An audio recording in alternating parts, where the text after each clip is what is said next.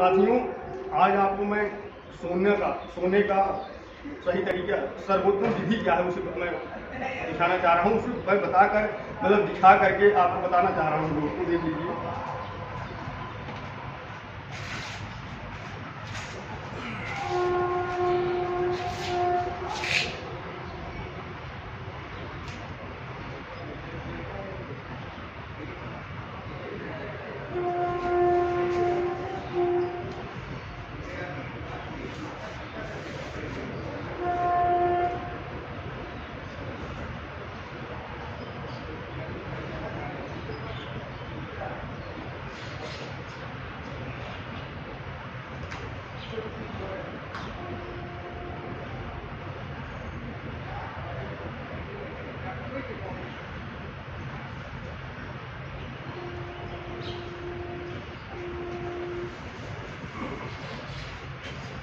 साथियों, यह सोने का बहुत सर्वोत्तम तरीका है।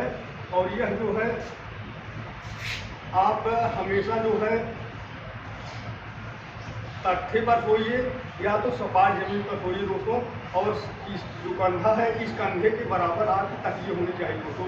नहीं, अगर तकिया थोड़ा सा ऊंचाई नहीं लगाएंगे तो ये सर जो है आपका लटक जाएगा और सर में दर्द होने लगेगा। साथियों, इसलिए मैं इस विधि को बता रहा हूँ। धन्यवाद दोस्तों।